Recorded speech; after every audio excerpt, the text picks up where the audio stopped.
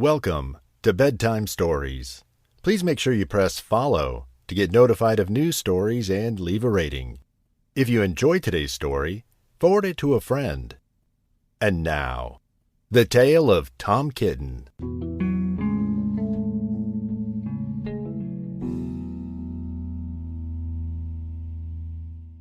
Once upon a time, there were 3 little kittens. Their names were Mittens, Tom Kitten, and Moppet. They had dear little fur coats of their own, and they tumbled about the doorstep and played in the dust. But one day their mother, Miss Tabitha Twitchit, expected friends to tea, so she fetched the kittens indoors to wash and dress them before the fine company arrived. First, she scrubbed their faces. Then she brushed their fur. Then she combed their tails and whiskers. Tom was very naughty, and he scratched. Miss Tabitha dressed Moppet and Mittens in clean aprons, and then she took all sorts of elegant, uncomfortable clothes out of a chest of drawers in order to dress up her son Tom. Tom Kitten was very fat, and he had grown.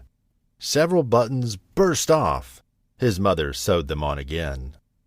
When the 3 kittens were ready, Miss Tabitha unwisely turned them out into the garden, to be out of the way while she made hot buttered toast. "Now, keep your outfits clean, children. You must walk on your hind legs.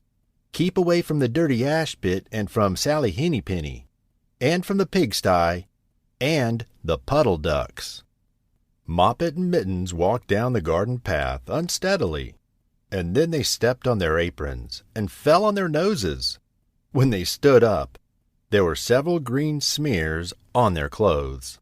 "We should climb up the terrace and sit on the garden wall," said Moppet. They turned their aprons back to front, and then went up with a skip and a jump. Moppet's handkerchief fell down into the road. Tom Kitten was quite unable to jump when walking on his hind legs and trousers.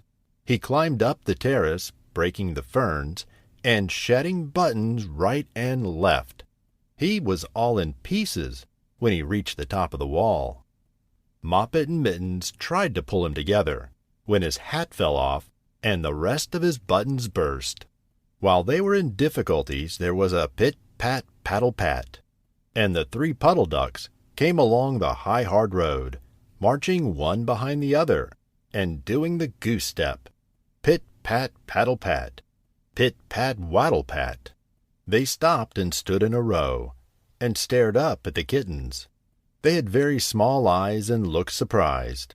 Then the 2 duck birds, Rebecca and Jemima Puddle Duck, picked up the hat and handkerchief, and put them on their heads. Mittens laughed so much that she fell off the wall. Moppet and Tom descended after her. The pinafores and all the rest of Tom's clothes came off on the way down.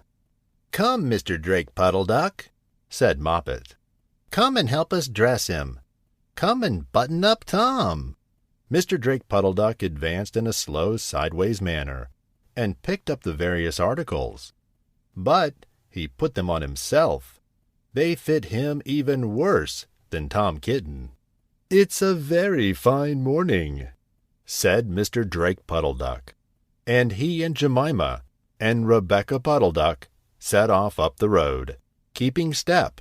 Pit-pat, paddle-pat, pit-pat, waddle-pat. Then Tabitha Twitchit came down to the garden and found her kittens on the wall with no clothes on.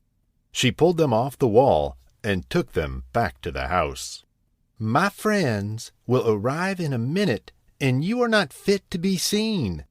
I am so upset," said Tabitha Twitchit. She sent them upstairs, and I'm sorry to say she told her friends that they were in bed with the measles, which was not true. Quite the contrary, they were not even in bed, not in the least. Throughout the party, there were extraordinary noises overhead, which disturbed the dignity and restfulness of the tea party. But once the tea party ended, Mrs. Tabitha Twitchit went upstairs to punish her mischievous kittens, only to find them fast asleep.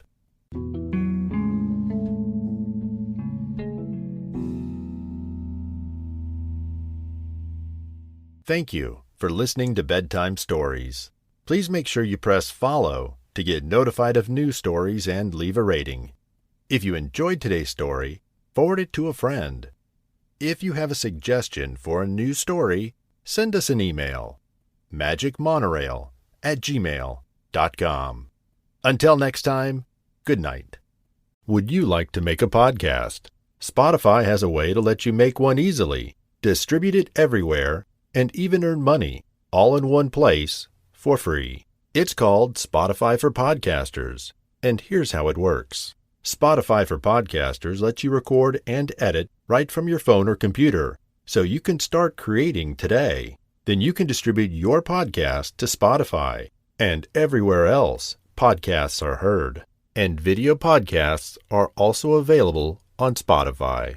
With Spotify for Podcasters, you can earn money in a variety of ways, including ads and podcast subscriptions. And best of all, it's totally free. You know, ever since I discovered Spotify for Podcasters, I've enjoyed sharing my favorite stories with children around the world. If you've ever thought of starting your own podcast, download the Spotify for Podcasters app or go to spotify.com/podcasters to get started.